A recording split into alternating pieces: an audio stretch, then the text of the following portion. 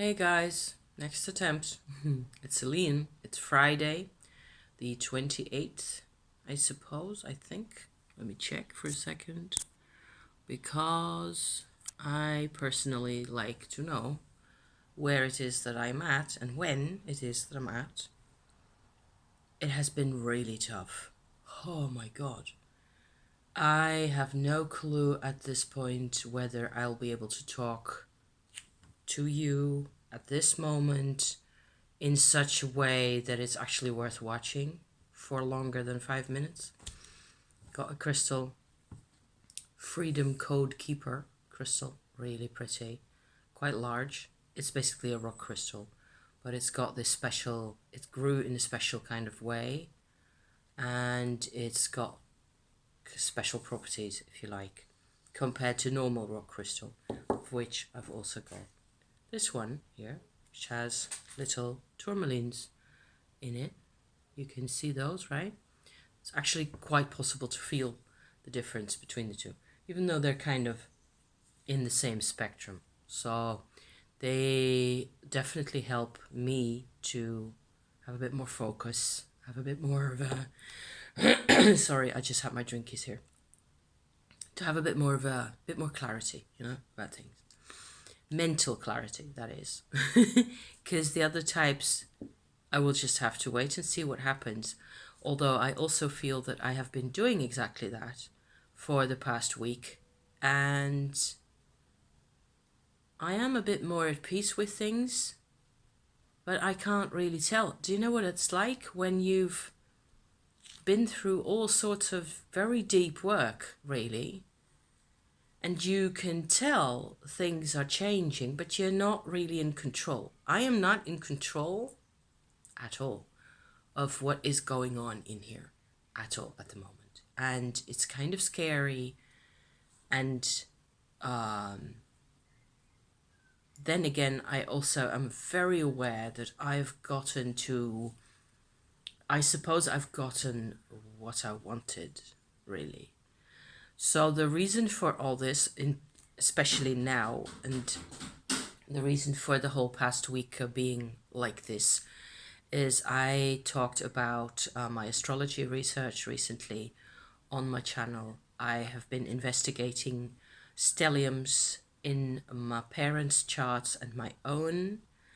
And that has actually just opened Pandora's box, really. It's just gotten into this whole complete development where every day there was something else coming out of this.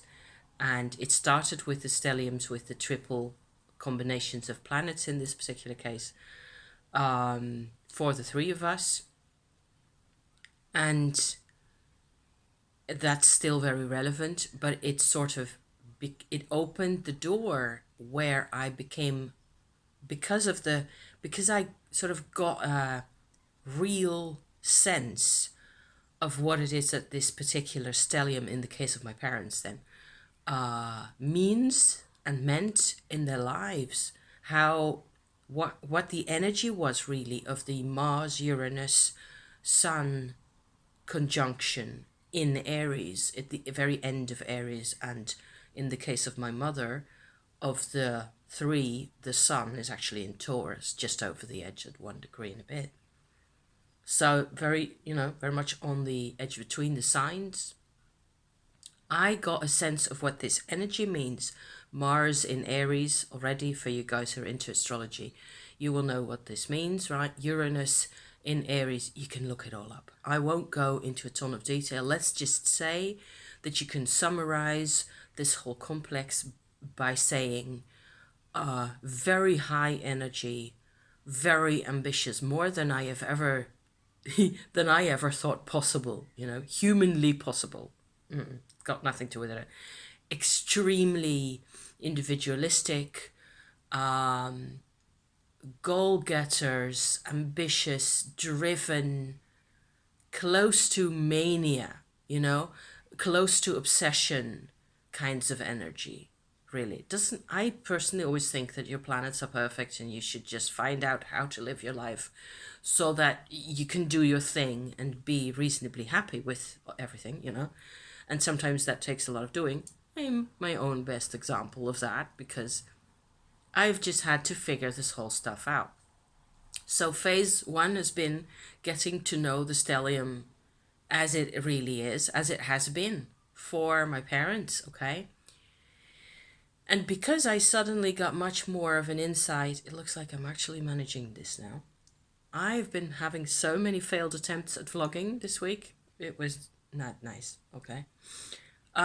Because I was finally getting a notion of what this energy means and also how I can see it more clearly, you know, and recognize it in my parents' lives.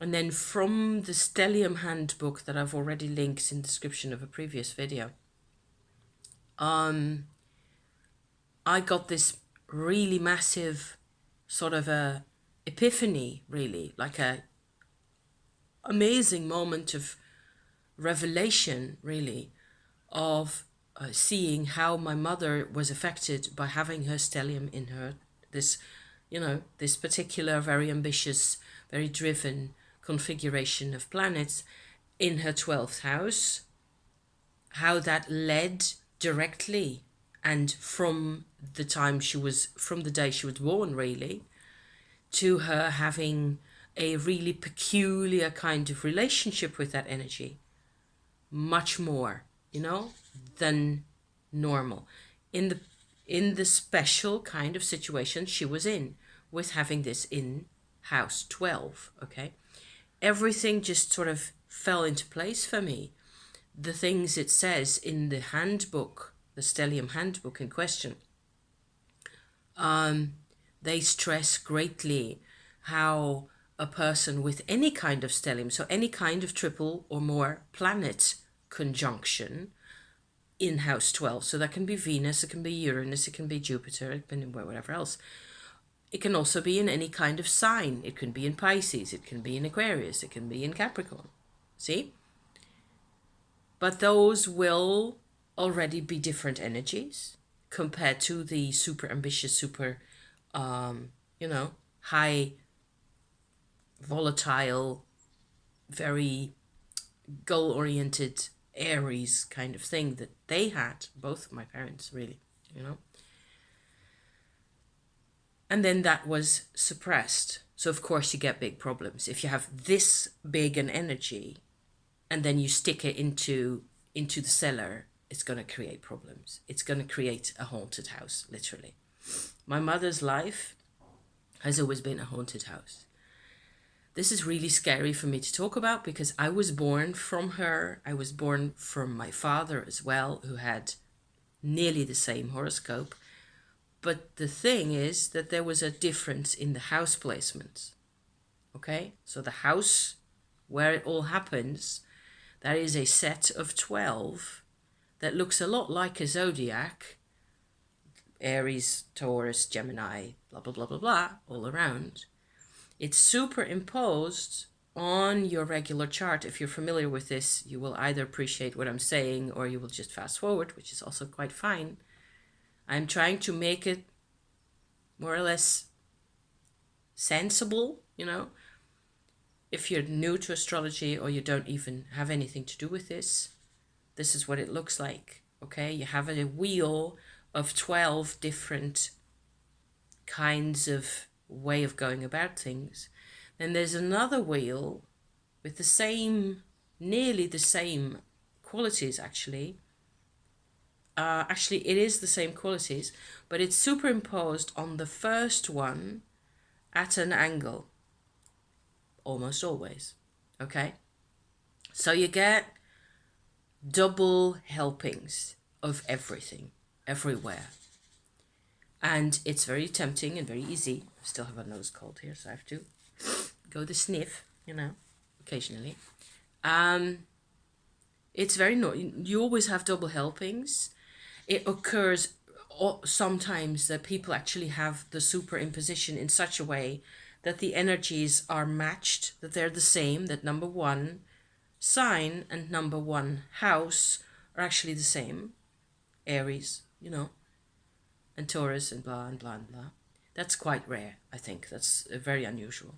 So it's very tempting to go in all sorts of examples with names and signs, and it'll only make it more confusing. Let's just stick to the very general picture here, because that has helped me as well. Okay, I need you to get the idea of the two wheels for just a minute here, because the second wheel, how that sits on top of the first one, depends on the time of birth of the person that you're doing the chart for. Okay, so if they're born at one time, the first house, the alignment will be this, and 2 hours later it will have shifted.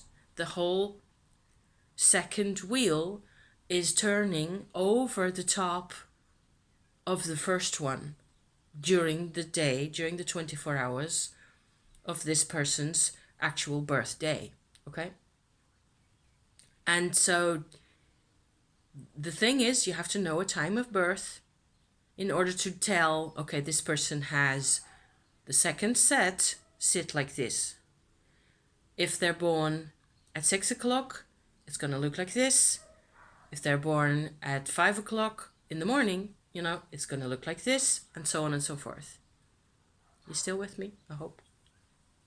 So the relationships between the actual first wheel operation of the planet in a sign, something in Taurus, Sun in Aries, Sun in Gemini, that's going to be affected by the second wheel, because the second wheel has this particular function, as it were, to give you a sense of the order in which things happen to you in your life. It's a very simplistic way of putting it. You could put it under 100 different ways.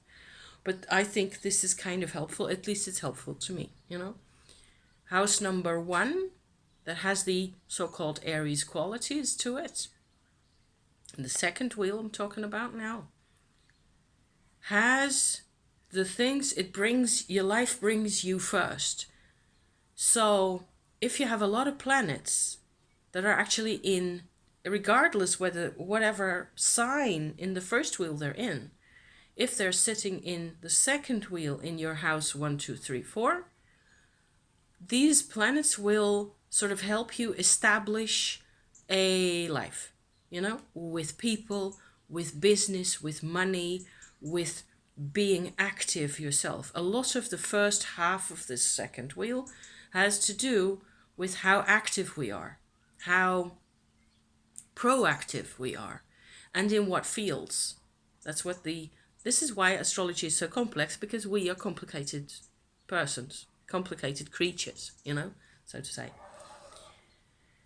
And the second half of the second wheel, I'm still talking about the house wheel here, has to do much more about how you think about things, how you've actually felt and experienced things, what things are hard, and so on. And there's so much more to tell and so much more to know about this that I can't even begin to refer you to things. You just have to do your own studying. If this appeals to you, if you're like, oh, hey, I sort of, whatever, if there's a penny dropping in there, there's places on the internet. What I've had to do, okay, what I've been doing over the past week is, with the knowledge that I gained suddenly from this whole thing that my parents had, Mars, Uranus, Sun, in that location, where for my mother I knew a time of birth, okay, more or less fairly sure, and I've had reasons to assume before that the time I have is correct, okay, so I could determine her second wheel of houses is going to sit like this, more or less, give or take 10 degrees, I don't care, but it's not going to be over to this, it's not going to be beyond a certain margin. There's a window. In that window, that's where my mum sits, where she has lived her life. And that led me to understanding that her triple planet thing, her stellium, was actually sitting all the way here in the last and 12th house of the second wheel. Okay? I hope I'm I hope I'm getting to you here. Because I've got to explain the mechanism, because the mechanism has just opened my brain and the conclusions aren't really all that pretty. And I have to work from the conclusions, and it's like a whole new life, okay? It's what it is like for me at the moment. It's like having a soul retrieval all over again, except this time I'm awake and I know what's more or less what's happening. So from this one person, I have the other person, my dad, whom I didn't have a birth time for, so I didn't have a second wheel. And I've been twiddling my dials on the website of theastro.com to see what would happen if I make him be born at this time or at this time, and what was likely, what felt like likely to me, okay? I won't go into a lot of detail, and it doesn't really matter. The thing is, I hit upon, again, a window of where it seems most likely for me, with the experience that I've had, the experiences that I've heard my mother had with him, mostly because I was 6 when they split up, and I haven't really, I've talked to my dad a few times afterwards, also recently, and he's a very particular kind of person, and he's got the same Mars, Uranus, Sun, all in Aries this time. The Sun is also still in Aries, the very edge, but no Taurus influence here. That's a big deal between those two. But he doesn't have those 3 sitting in house 12, like my mum, okay? His are anywhere else, theoretically, in the frame of the second wheel here, the wheel of the houses. So I think I found a window, like I was saying, where a lot of the other things, the moon, other elements, sort of fall into place, and the levels of expression that you used to get from him, the levels of the way he is, the way he was. I'm not even sure he's alive at the moment. Still, he's an old man, It sort of matches. I think by now I am sort of over 60% confident. And I'm being really conservative, because I don't want to make you think that I am absolutely sure about anything, which is kind of annoying, because it's nicer to be sure. There are things I'm sure of by now, okay? Because the process, he's only part of this whole process. Another person who's very much into this whole process is my grandfather on my mum's side. So my mum's dad. And another person is his mum. So this is my great-grandmother that I've never known. My grandfather I've known really well, up to a point I was, capable of interacting with those people, because the lack of interaction with those people, all of them, all of my family, and especially these 3 that I've actually physically known myself for enough time, that has been my, recently especially, it has been my most strong incentive, my strongest incentive to forge ahead with this type of analysis, to find reasons why there was so little interaction between us, between my mum and me, when we were actually really very fond of each other and cared very deeply for each other, mutually. So actually, the more I am aware, and this is very emotional for me to say, the more I am aware of this horrible, stupid, generational trauma mechanism coming out through the planets and the houses, year after year, generation after generation, crushing these people. And there's nobody really to blame. There really isn't. The more I realize that, the more I'm also capable of seeing the fact that my mum and I really cared for each other. But there was very little to no expression of that. I think there's lots of people in the world, if they'd seen us at it, they would have thought, ah, those are Dutch people. Okay, so they're going to be fairly non-expressive, fairly cool, kind of Scandinavian, if you like. A bit like this. There's not much coming out. They're not very affectionate. There's hardly any touching or any of it. It wasn't that we didn't touch each other's bodies. We weren't, but it just wasn't really a factor. Other than that, we were fairly friendly with each other. We used to have fun. We used to talk a lot. I was a great talker, of course, back in those days.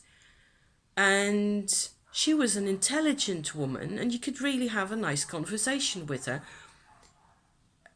if you just sort of kept to the safe areas. She was very philosophical, very interested in all sorts of things having to do with mental consciousness, human consciousness, all sorts of things that I'm doing nowadays that she would have loved to hear me talk about, and she would have, but there was a very large disconnect in other fields. So I've always been fairly desperate, really, to figure out whether any of the disconnects had to do with me, my nature, because you tend to, when you're the child of traumatized people, and there was a war in the background, in the past, concentration camp. My mum had been, as a child, in a Japanese concentration camp in Indonesia. My dad was a descendant of Jewish people, a lot of whom have been deported to Auschwitz. There was enough drama and enough pain to keep everybody in a state of silence and repression. And still, I didn't feel like it explained everything.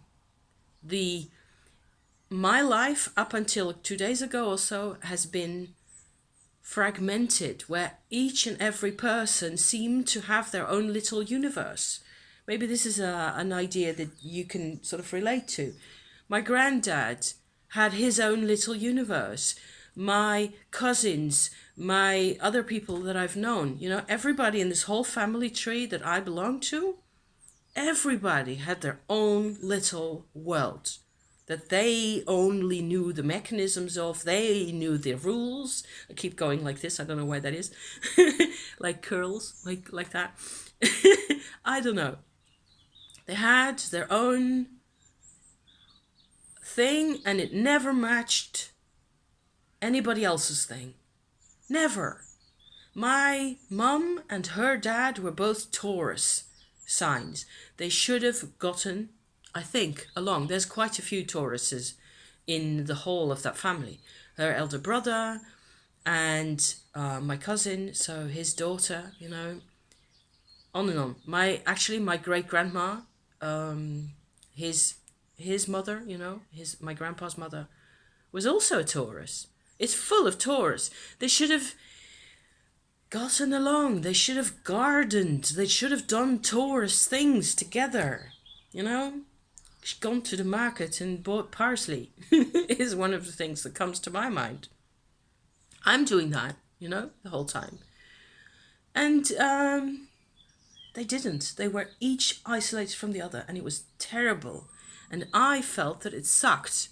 Always. I felt from day one that I got landed on this planet with all these weird people, and my dad wasn't helping because he's very different.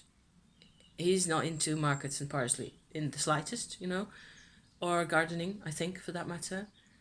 He had his own problems, and nothing seemed to work ever. And I've been carrying this load all my life. Okay, so in parentheses, back to the astro.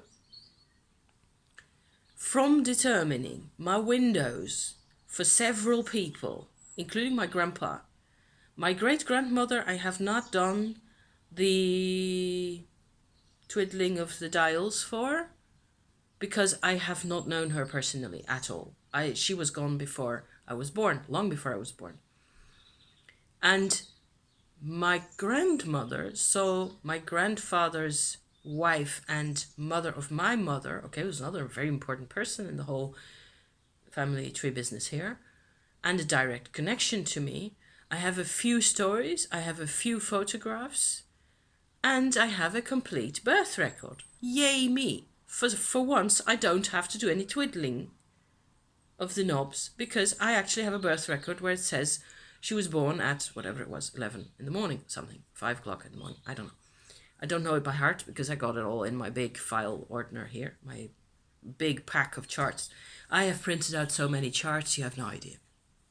So I've got another thing I've done often, one thing that is really useful to do as soon as you've got your window sort of set for these people, what I do is I print a so-called synastry. A synastry is not a sinister thing, although it can end up being quite sinister in actual working, you know, but that's not really what the word is about. It is again, a double chart, only this time it is about two people. Okay, so you have both the people that you want to see the relationship for, including myself, me and my mum, for example. I can print them together in the same circle diagram. And so I have both the first wheel and the second wheel. So it's 4 wheels all together, really. And we have the same zodiac all around the outside, just one zodiac. The function, the placements for both of us put together in the same thing. And this is where it sort of exploded. Okay, I think this was Tuesday, so it's a couple of days ago now, that I started seeing the patterns there. And that the pattern is kind of, now that I've got all this intel on the page in front of me, including the wheels, including the windows of where things make sense, then they sort of start to make sense in all sorts of other aspects. And going back in time, it's like you start off with one mushroom and 2 days later you have 50. Something like that. Yeah, so that's what it's been like. It's blown my mind. And so without going into all the ton of details, because you don't need that, what happened is that you get people are continually triggered. It's a long-term business. This is what I've been seeing, okay? And I'm sitting here as sort of the last descendant of a whole series of trigger patterns repeating through time, 25 years later, 40 years later, 50, 60 years later. There's a continual, inevitable situation of you as the descendant. There's only one window left for you to be. And because of the pattern starting, as far as I can tell, with my great-grandmother, on that side, just on that side, okay? Going through her life, the way she behaved towards her little boy, her son, who was to be my grandfather, okay? And his reaction to that, towards his daughter a generation later, and her reaction towards me a generation later. What happened is that the window of existence, the window where I could be, got smaller and smaller and smaller. Okay, so I had less and less existence coming from people. I had no validation. I had no personal, I'm not saying, I shouldn't say no. I think I had 6%. I had the bare minimum in terms of my mum appreciated when I was drawing things. She's a couple of times. This has nothing to do with getting a lot of attention. I got attention. But I got attention in this way that they had left over to give. And it looks like my mother actually spent 18 years or more with my dad in a very unpleasant kind of relationship. It turns out that I have a pattern that I couldn't help just as much as they couldn't help any of their patterns, right? Where I kept on triggering the same things that my dad had sort of put on her in his time with her. And actually she had become this sort of ridiculously sensitive to that from what she got from her dad, who had gotten foisted the same pattern from way back a century ago. I hope this makes sense to somebody out there. It is astrology for generational trauma being carried forward. The Aries sign, the sign of Aries, and the planets in there, different. It's like it came to a head. It came to an explosion in the generation of my parents with the way their planets were put in there. And even though I am a completely different person, I have felt super guilty all my life, especially as long as my mum was alive. She passed away in 1995 when I was 28. And even afterwards, and actually still now, I am completely anxious and sort of hypervigilant, worried that there is something I have done, and I haven't done anything. I've done her shopping, I've talked to her, I've made tea for her, I've helped her, I've tried to help. And this happens also with other people who are invalids, because you're an invalid because you're caught up in such a transgenerational, traumatic machine, okay? There aren't any windows left open for people to connect to you, to help you, which is what I've always wanted to do with my mum. I wanted to help her. I wanted her to gain a new life. After the divorce in the 80s, we went to live abroad. We went to France. And none of it ever really worked because she brought her millstone wheel around her neck with her, of how she couldn't break out of the wheel. I'm suddenly seeing that, of course, this is the card that I had this morning, the 8 of Swords. Never mind. I've got the same cards over and over. It's the Devil, it's the Wheel of Fortune, again and again. The King of Pumpkins, It's looked like this. I just kind of hope that she would have enjoyed these cards a bit more. The thing is, I'm having to, as a conclusion for this whole thing, first of all, I am seeing on the pages of the charts exactly 100% my own experience from day one, including the terrors, the depression, the derealization, the fact that I just felt like I wasn't really there, I didn't exist, I didn't have a personality, because I tried as a child to interact with these people and nothing happened. Okay, this may sound very common to some people. People have this kind of thing with their parents. Yes, I'm not the only one. And I'm seeing it now in the astrology, all of it.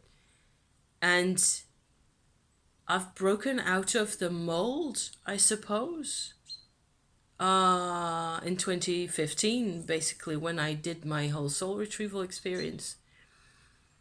It's like my whole personal, and I still have to figure out what those charts are saying, for me in that time.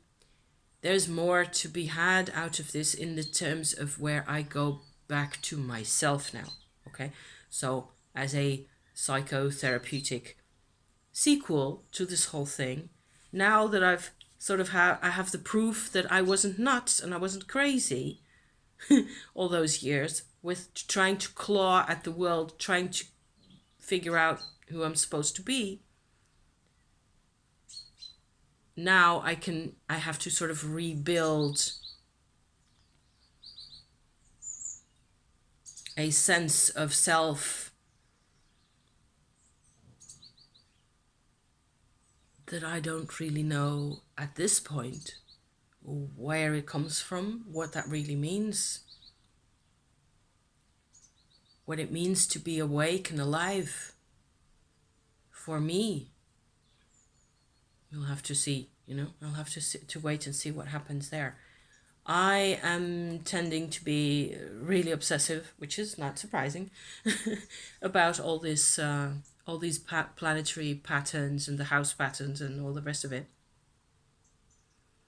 The sensitive point, the black moon, is really important in this whole story because it creates a sort of a black hole kind of situation where people become really obsessive really easily, depending on where that sits in the wheel of the houses and so on. It's less and less about the sign and more about the house, actually, where it's happening. The house is where it's happening, kind of a thing. So, but I think that my intention for the coming, for the coming week or so will be to sort of, I'm done with them now. I've sort of gleaned from that side of the research what I needed to get. And I actually have proof that I wasn't crazy and it wasn't like this kind of metaphysical weird. If the soul retrieval with my 14th century soul parts that I needed to come and collect myself, if that is actually real, which I'm still, that's my impression that I had. It's a very deep, very lasting impression. Still, I can also see how that would be a layer in my mind that has interpreted everything in that way, a sort of a subconscious layer. It's possible. It doesn't have to be that level of metaphysical, that level of abstract or soul oriented. It worked, though. The images about being a gypsy woman in a dungeon in the south of France or in the north of Italy, somewhere in the 14th century, all by herself, giving birth to a child and dying there. That's my soul loss, my crucial soul loss moment that I have gone back to over and over and over again and tried to. That's where, as soon as I got into proper personal contact with this energy, that's when I started to become an emotional human being again. Sort of in a nutshell, okay? That's how it went for me. So it feels, that's also really weird and really an energy that has nothing much to do except for the cards and that kind of stuff. It doesn't have that much to do with my everyday life. And there's a couple of things that sort of came to me that I have also gleaned from, studying past lives and studying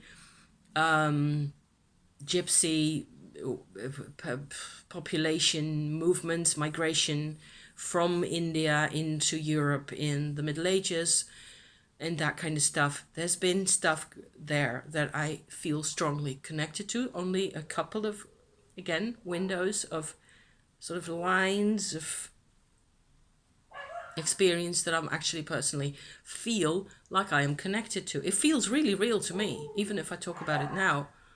I know that there's more to that than meets the eye. So I'm not really going for it's one truth or the other. And I certainly feel that my whole personal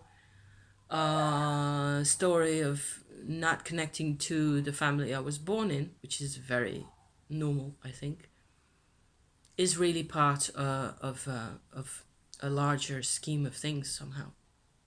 my tumo practice, bringing this also, bringing out these energies, I still feel very much that it is because of the tumo that I am doing that this I sort of recrystallize around my true self, if you like.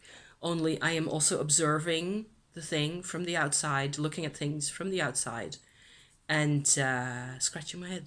Really, like I try to feel like I am one person instead of four or five. That all these different aspects to things. The person who's connected to my dad, the person who's connected to my mum, the person who's connected to the 14th century witch.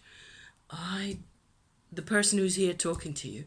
That's at least 4 different ones. Okay, and I also got a husband with whom I've got a different type of connection. Too much intel. But the house placements and the fact that without, going into all the details, I hope I managed to convey to you some of the truth bomb levels of things going on here. The mushroom explosion that happened here that has sort of prevented me from talking about it. I have to talk about this again, just like 5 years ago, same, put it into words and communicate it outwards. And it's like a validation. Doing this is a validation for me. So if it works for me, maybe I can give you some of this validation energy in here as well. That's my general idea. Yeah, that's my plan here. So I'm going to thank you for watching, listening to me talk. Brilliant sunshine. As you can see, it's going to be another glorious day. It's way too warm here. It's the end of October. It's ridiculous. It should be stormy and pelty with rain. Instead of that, I was sitting outside reading Harry Potter and having my coffee. So, and then I suddenly got the brainwave like I should really come out and do this vlog thing now. So here's the vlog thing. Thank you for listening to me. And if you can, if you feel like you need more information, if ever that would be the case, about the houses and where the patterns come back and what that really looks like, drop us a comment. Okay. See you next time. Have a nice weekend. Okay. See you next week. Bye for now.